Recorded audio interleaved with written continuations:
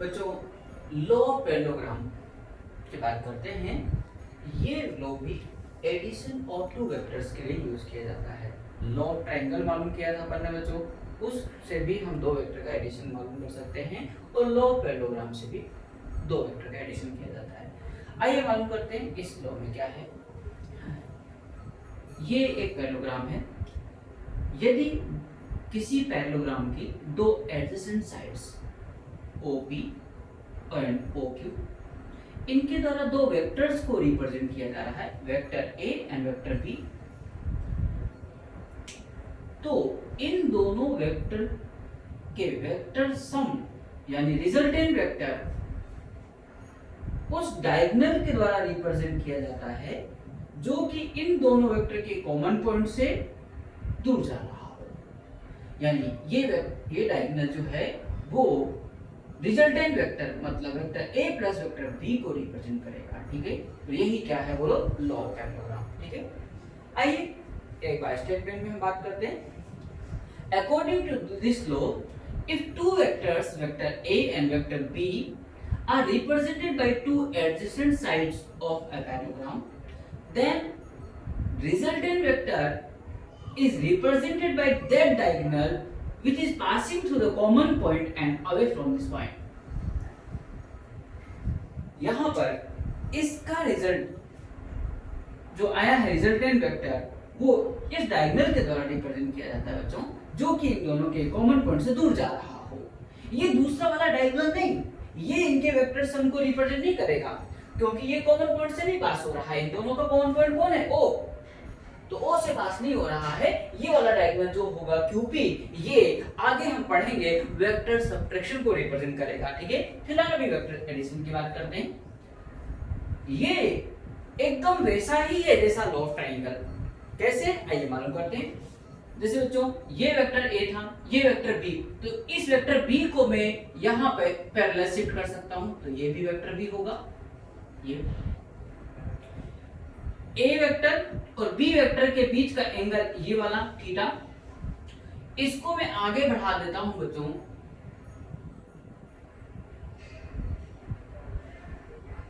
तो ये एंगल भी क्या हो जाएगा, थीटा।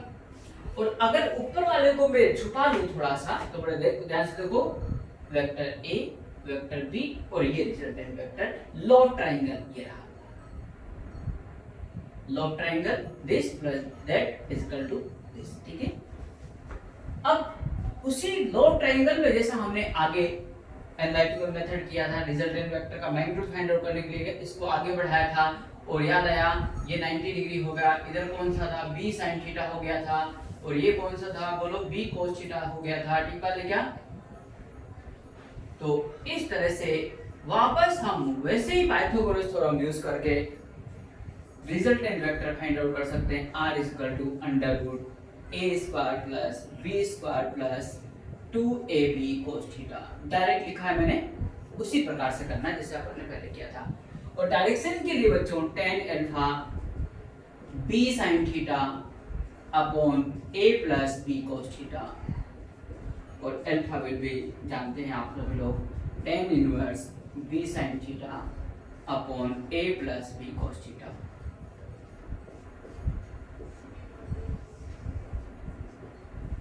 तो नोट करिए इसको, फिर आगे चलते हैं। ये क्वेश्चन देखिए ना बच्चों, if vector A plus vector B is equal to vector C and C is equal to A plus B, then find the angle between vector A and vector B।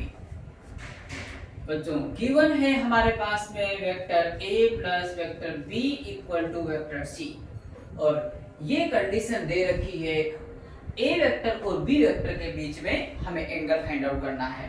तो जो एक छोटी सी ट्रिक बताता हूं मैं, इस तरह के क्वेश्चन को हमेशा किस तरह से सोल्व करना है। देखिएगा, हमें कोई वेक्टर रिलेशन दिया जाएगा और एक स्केलर रिलेशन देगा और किन्हीं दो वेक्टर के बीच में एंगल फाइंड आउट करने को बोलेगा वो। ठीक है, तो बच्चों उस इक्वेशन को लिखा हमने। अब एक चीज सुनिए मेरी, जिनके बीच में एंगल फाइंड आउट करना है उनको ध्यान सुनिएगा, जिनके बीच में, जिन दो वेक्टर के बीच में एंगल फाइंड आउट करना है उनको इक्वल टू के एक तरफ लाओ और उनको दूसरी तरफ भगाओ। बोलो श्री गणेश जी महाराज की जय। ठीक पाएगा। अब बच्चों देखो, जिनको बोलो इक्वल टू, जिनके बीच में एंगल चाहिए उनको इक्वल टू के एक तरफ लाओ। हमें किनके बीच में चाहिए? Vector A and vector B. तो vector A plus vector B एक तरफ लाए और ये वेक्टर सी, चलेगा। अब कोई कह रहा हो कि सर ये तो पहले से ही हो रखा है, तो हम आपको यूं कहते हैं कि अगर एग्जामिनर ने ऐसा पूछा होता वेक्टर ए और वेक्टर सी के बीच में एंगल बता दीजिए, तो आप vector A minus vector C equal to minus vector B कर देना, ठीक है ना। और फिर क्या करना है आगे बता रहा हूं, ठीक है। टेकिंग मैग्नीट्यूड बोथ साइड, अब क्या कर रहे हैं हम दोनों तरफ मैग्नीट्यूड लेंगे, ठीक है ना। ये लीजिए इक्वल टू, ये लीजिए, तो इसका मैग्नीट्यूड का मतलब होता है a square plus B square plus 2ab cos थीटा। अंडर रूट के अंदर आएगा बच्चों, लेकिन ये क्या है बोलो, c इसका मैग्नीट्यूड, तो स्क्वायर रूट को मैं हटा देता हूं, यहाँ पे c स्क्वायर लगा देता हूं, ठीक है क्या। अब देखो c की वैल्यू क्या है, a प्लस बी, क्या है a प्लस बी, तो यहाँ पे c की वैल्यू क्या लिख दो, a प्लस बी का होल स्क्वायर लिख देंगे हम नेक्स्ट स्टेप पे। तो a square plus B square plus 2ab cos theta. यहाँ पे जो थीटा है बच्चों वो एंगल बिटवीन एक vector A and vector B होता है। जिन वेक्टर, दो वेक्टर का सम हो रखा उन्हीं दोनों वेक्टर के बीच का एंगल ये थीटा होता है, ठीक है। तो नेक्स्ट स्टेप देखिए, इसको सोल्व करिए, a square plus B square plus 2ab। तो यहां पे ध्यान दीजिए, a square plus B square plus 2ab cos theta cancel हो गया ये वाला पार्ट, और 2ab cos theta equal to 2ab। Next step will be cos theta is equal to 2ab upon 2ab, that is 1। तो cos theta is equal to 1, तो theta is equal to कितना हो गया बच्चों, cos इनवर्स 1, मतलब theta is equal to 0 degree. तो उन दोनों के बीच में एंगल कितना हुआ, 0 डिग्री हुआ। Implies vector A is parallel to vector B, ठीक है। और अब यहाँ पे ट्रिक की बात करते हैं छोटी सी।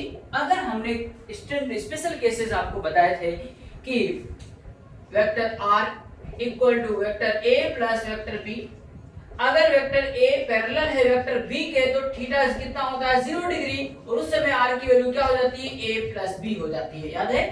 तो रिवर्स में बात करें, अगर यहाँ आर वेक्टर के स्थान पे क्या लिख दिया, C vector equal to vector A plus vector B, तो C equal to A plus B कब आएगा, जब इन दोनों क्या होंगे, पैरेलल होंगे, मतलब इनके बीच का एंगल क्या होगा, 0 डिग्री, ठीक है। तो डायरेक्ट अगर ये स्पेशल केस जो अपन ने बताया है, डिस्कस किए हो, याद है, तो डायरेक्ट टिक लगा सकते हैं अपन, ठीक है। ऑन द अदर हैंड हमने कहा था अगर 90 डिग्री हुआ तो आर की वैल्यू क्या आती थी, अंडर रूट ए स्क्वायर प्लस बी स्क्वायर। तो मैं कह दूं c इज इक्वल टू, अगला क्वेश्चन में बता दूं, इसी का मैं बना दूं, पार्ट नंबर 2 बना देता हूं। If c is equal to under root, बोलो a square, c is equal to under root a square plus b square हो जाए, तो इनके बीच का एंगल कितना होगा, angle between vector A and vector B. तो बच्चों डायरेक्ट अपन मालूम कर सकते हैं, वही कहानी r is equal to under root a square plus b square कब आता है, जब दोनों क्या होते हैं, परपेंडिकुलर होते हैं, मतलब vector a perpendicular to vector b होता है, तो that is theta is equal to 90 degree. ये हम डायरेक्ट कर सकते हैं। अब कोई कहे कि मेरे को याद नहीं रहा तो कैसे करूं, ये तो अपने ट्रिक से कर लिया, स्पेशल केस याद थे तो कर लिया, अदरवाइज कैसे करना बच्चों, इसी केस में आ जाइए। यहाँ पर c स्क्वायर आ गया था, यहाँ तक कहानी वही है सब कुछ। c स्क्वायर की वैल्यू क्या लिख दोगे, यहाँ पे c स्क्वायर की वैल्यू अंडर रूट हट जाएगा a square plus b square, इस c स्क्वायर के स्थान पे लिख देना a square plus b square, और सोल्व करेंगे तो थीटा क्या आ जाएगा बच्चों, 90 डिग्री। तो एक ही क्वेश्चन में हमने 2-3 इसके पॉइंट और भी डिस्कस कर दिए हैं, नोट करिए। नेक्स्ट क्वेश्चन बच्चों देखो, if magnitude of vector a या कोई भी वेक्टर है उसका मैग्नीट्यूड ए वेक्टर का x प्लस वाई है, दूसरे वेक्टर का मैग्नीट्यूड x माइनस वाई है, और उनके रिजल्टेंट का magnitude under root x square plus Y square है, तो हमें कहा गया है इन दोनों वेक्टर के बीच का एंगल फाइंड आउट कर दीजिए, ठीक है जी। तो जो यहाँ पे हम जानते हैं r square is equal to a square plus b square plus 2ab cos theta, और यहाँ पे जो थीटा होता है that is the angle between vector a and vector b, दोनों के बीच का एंगल होता है, ठीक है। तो यहाँ पे सबकी वैल्यू पुट कर दीजिए, थीटा कैलकुलेट कर लीजिए। आर स्क्वायर का मतलब x square plus Y square, A square x plus y का whole square, x minus y का whole square plus twice A B cos theta. बच्चों सिंप्लीफाई कर लीजिए इसको, x square plus Y square plus twice x y, x minus y का whole square, x square plus Y square minus twice x y plus 2x plus y x minus y cos theta. Next step, ये एक step, ये दूसरा step, इसको 2 times लिख देता हूं, 2 times of X square plus Y square, और ये दोनों कैंसिल हो चुके हैं बच्चों, ठीक है क्या, तो plus twice a plus B A minus B, तो a square minus B square x square minus Y square into cos theta, और इक्वल टू में चल रहा है ये X square plus Y square. तो बच्चों हमें इसको इस तरफ ले जाना चाहिए, टू सोल्व करना है, बस अपन को थीटा फाइंड आउट करना है, minus of X square plus Y square, so cos theta will be कितना होगा, minus of X square plus Y square upon 2x square plus Y square. और नेक्स्ट स्टेप विल बी, बोलो theta कितना हो जाएगा, cos inverse minus X square plus Y square upon 2 times of X square plus X square minus Y square, बच्चों ये minus, ठीक है, minus Y square. तो ये एंगल है इनके बीच का, ठीक है। तो कुछ नहीं, सिंपल सा क्वेश्चन था, थोड़ा सा मैथमेटिकल कैलकुलेशन था, please note down. Law of polygon बच्चों, इस पॉलीगन लॉ को यूज करते हैं for addition of more than 2 vectors. 2 vector से ज्यादा वेक्टर्स का सम करना हो तो हम लोग पॉलीगन का यूज करते हैं, ठीक है। जैसे यहाँ पे vector A, vector B, C, D इस तरह से दे रखा है एंड हमको इन सबको ऐड करना है, ठीक है। तो इनको पहले ए वेक्टर, फिर पहले वेक्टर के हेड से दूसरे वेक्टर का टेल, और दूसरे वेक्टर के हेड से तीसरे वेक्टर का टेल, तीसरे वेक्टर का टेल से चौथे वेक्टर का, ठीक है, हेड टू टेल अपन ने जोड़ा, ठीक है, तीसरे का हेड चौथे का टेल से जोड़ दिया। इस प्रकार हम कह सकते हैं according to this law, if more than 2 vectors are represented by continuous side of a polygon in the same order, then the last side or closing side of this polygon, last side और closing side मतलब जो side में draw करूं जिससे polygon क्या हो जाए, बंद हो जाए, क्लोज हो जाए, last side और closing side of this polygon in opposite order gives the resultant vector, और resultant vector का मतलब होता है vector sum of all these vectors, vector a plus vector b plus vector c plus vector d। this is the law of polygon, ठीक है बच्चों। एक प्रकार का ये लॉ ऑफ ट्रायंगल का ही फॉर्म है। जैसे अब देखिएगा आप यहाँ पे वेक्टर ए, वेक्टर बी, इन दोनों को ऐड करूंगा तो ये मिल रहा है मुझे, कौन मिला, इन दोनों का सम मिल गया, वेक्टर ए प्लस वेक्टर। अब देखो this plus this is equal to, ये देखो देख ये मिल गया, इसको मैं लिखूंगा इन दोनों वेक्टर का सम, यानी vector A plus vector B plus vector C, ऐसा लिख दूंगा, vector A plus vector B plus vector C. अब इसमें लॉ ऑफ ट्रायंगल लगा दो, this plus this is equal to that, तो ये देखो ये आ गया, ठीक है। तो लॉ ऑफ पॉलीगन का यूज हम 2 से ज्यादा वेक्टर का सम करने के लिए करते हैं, ठीक है।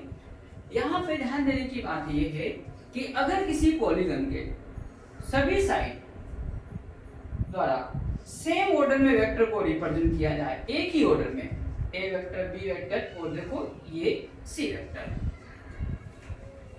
तो ऐसे वेक्टर्स का वेक्टर सम हमेशा 0 वेक्टर होता है, यानी यहाँ पे A vector plus B vector plus C vector is equal to 0 vector होगा। क्लोज पॉलीगन को फॉर्म कर रहे हैं, और एक बात ध्यान रखिएगा, 3 वेक्टर का वेक्टर सम अगर 0 वेक्टर हो रहा है तो भगवान कसम ये 100% कोप्लेनर होंगे। क्या होंगे ये? कोप्लेनर। ठीक है ना, नोट करें। अगर यहां पर देखो स्क्वायर फॉर्म में है, vector A B, vector B C, vector C D, vector D है, को क्लोज पॉलीगन बन रहा है, जहां से स्टार्ट हुआ वहीं पे आ रहे हैं, इन सभी का वेक्टर सम क्या होगा? 0 वेक्टर। ठीक है, इसी प्रकार से रेगुलर पेंटागन, रेगुलर हेक्सागन कुछ भी हो सकता है बच्चों, सेम ऑर्डर में होगा तो इन सभी वेक्टर्स का वेक्टर सम क्या होगा? 0 vector. Vector A, vector B, vector C, vector D, vector E, इन सभी वेक्टर्स का वेक्टर सम क्या होगा? हमेशा 0 vector, is always 0 vector. Special note में बच्चों एक information, if A vector, B vector and C vector are three concurrent forces acting on a body, then their resultant may be 0 or equilibrium condition exists if C is greater than equal to A difference B, यानी R minimum, यहाँ पे R minimum, और less than equal to R maximum। अगर ये condition satisfy होती है तो system क्या हो सकता है? इक्विलिब्रियम में हो सकता है, यानी उसका रिजल्टेंट 0 संभव है, हो सकता है। ठीक है, इस पे बेस्ड क्वेश्चन करते हैं पर नोट कर लीजिए इसको बच्चों। कॉन्करेंट फोर्सेस हमको गिवन है और हमको ये मालूम करना है कि ये जो पेयर हमको दे रखे हैं फोर्सेस के, इस ये इक्विलिब्रियम कंडीशन को एडजस्ट करते हैं कि नहीं करते हैं, इनका रिजल्टेंट 0 हो सकता है कि नहीं हो सकता है। तो बच्चों 3 फोर्सेस दे रखे हैं, आइए कैसे मालूम करना है कि इक्विलिब्रियम कंडीशन को एडजस्ट करेंगे या इसका 0 रिजल्टेंट हो सकता है कि नहीं हो सकता। तो देखो बहुत सिंपल सी बात, पहले 2 ले लीजिए। ठीक है ना, पहले 2 फोर्सेस का रेंज निकालिए। मिनिमम वैल्यू में देखो वो शॉर्ट में बता रहा हूँ, minimum bigger minus smaller 20 minus 10 कितना हुआ? 10 न्यूटन। मैक्सिमम वैल्यू कितनी हुई? 10 प्लस 20 30 न्यूटन। ये लीजिए, अब इनकी रेंज आई 10 न्यूटन टू 30 न्यूटन। इस तीसरे फोर्स को आप कंपेयर कीजिए, ये तीसरा फोर्स क्या इस रेंज में आ रहा है? क्या तीसरा फोर्स अगर इस रेंज में आ रहा हो या इनके बराबर आ रहा हो या इनके बीच में ये लाई कर रहा हो तो इक्विलिब्रियम क्या होगा? एग्जिस्ट करेगा। अगर नहीं आ रहा हो तो नहीं एग्जिस्ट करेगा। तो आप बताइए 30 न्यूटन के इस रेंज में है क्या? इसके बराबर हो चाहे इसके बराबर हो या बीच में हो, जी हाँ 30 न्यूटन इसके बराबर आ रहा है, तो ये इक्विलिब्रियम क्या करेगा? एग्जिस्ट करेगा। ठीक है, क्या यानी रिजल्टेंट 0 हो सकता है। दूसरा हम चेक करते हैं, देखो इन दोनों का निकालिए रेंज। 5 माइनस 3 कितना? 2 न्यूटन। मैक्सिमम वैल्यू 3 प्लस 5 कितना हुआ बोलो? 8 न्यूटन। ये 1 न्यूटन क्या इस रेंज में आ रहा है? क्या 2 न्यूटन से 8 न्यूटन के बीच में ये है क्या? 1 न्यूटन नहीं, ये तो आउट ऑफ रेंज गया, इधर गया, इसलिए रेंज में नहीं आ रहा, तो इक्विलिब्रियम डज नॉट एग्जिस्ट। ठीक है, मतलब इसका रिजल्टेंट 0 नहीं हो सकता। तीसरा एग्जांपल देखो, इसका रेंज निकालो, बहुत शॉर्ट में बता रहा हूं। 200 माइनस 100 मिनिमम वैल्यू कितना आया? 100 न्यूटन। मैक्सिमम इनका सम कर दीजिए, कितना आया? 300 न्यूटन। और देखिए ये 125 न्यूटन क्या इस रेंज में है? क्या जी हाँ, रेंज में है। 100 और 300 के बीच में ही तो 125 आता है, इसका मतलब ये इक्विलिब्रियम एग्जिस्ट करेगा। ठीक है क्या? अब देखिए एक एग्जांपल और देता हूं, number 4। 40 Newton and 50 Newton, 2 he force लग रहे हैं, ये इक्विलिब्रियम एग्जिस्ट करेंगे कि नहीं? 0 रिजल्टेंट हो सकता है कि नहीं? जब 2 ही फोर्स हो तब क्या करें? 3 में तो अपन ने सीख लिया, 2 को रेंज निकालो, तीसरे को कंपेयर कर दीजिए। ठीक है ना? हाँ, यहाँ एक छोटी सी बात और बता दूं, कोई जरूरी नहीं कि आप प्रथम 2 को ही लो, आप कोई से 2 को ले लीजिए, तीसरे को कंपेयर करना है। ठीक है क्या? तो अभी सिंपलिसिटी के पॉइंट ऑफ व्यू से मैंने पहले 2 को लिया, पहले 2 का रेंज निकाला, तीसरे को कंपेयर कर लिया। ठीक है ना? यहाँ पे बच्चों देखो मिनिमम वैल्यू, 2 ही फोर्स है तो मिनिमम वैल्यू कितनी होगी? आर मिनिमम बोलो बिगर माइनस स्मॉलर 50 माइनस 40 कितना हो गया बोलो 10 न्यूटन। इससे कम वैल्यू तो हो ही नहीं सकती। तो क्या जीरो हुई क्या वैल्यू? नहीं, 10 न्यूटन है, यानी जीरो रिजल्टेंट संभव नहीं है, इक्विलिब्रियम संभव नहीं है। तो कंक्लूजन की बात सुनिए, जब दो ही फोर्स हो और डिफरेंट मैग्नीट्यूड के हो तो उनका रिजल्टेंट कभी भी जीरो नहीं हो सकता, इक्विलिब्रियम एग्जिस्ट नहीं करेगा। ठीक है, तो अगर दो फोर्स हो तो इक्विलिब्रियम एग्जिस्ट करने के लिए दोनों का मैग्नीट्यूड क्या होना चाहिए बोलो? सेम होना चाहिए। तभी देखो, अगर ऐसा 100 न्यूटन हुआ तो आर की मिनिमम वैल्यू क्या हो सकती है बोलो? 100 माइनस 100 इज इक्वल टू 0। अब ये संभव है कि रिजल्टेंट क्या हो गया? जीरो है। इस कंडीशन में इक्विलिब्रियम एग्जिस्ट हो सकता है, जीरो रिजल्टेंट हो सकता है। ठीक है, यानी दो फोर्स दिए गए हैं तो ये 100% श्योर है कि उन दोनों का मैग्नीट्यूड क्या होना चाहिए? सेम होना चाहिए, और दोनों की डायरेक्शन भी क्या होनी चाहिए? अपोजिट होनी चाहिए, तभी तो कैंसिल करवाएंगे एक दूसरे को। ठीक है, तब जाके वो रिजल्टेंट जीरो आ सकता है, इक्विलिब्रियम में हो सकते हैं। दो फोर्स के लिए उनका मैग्नीट्यूड सेम होना आवश्यक और डायरेक्शन क्या होनी चाहिए बोलो? अपोजिट। ठीक है।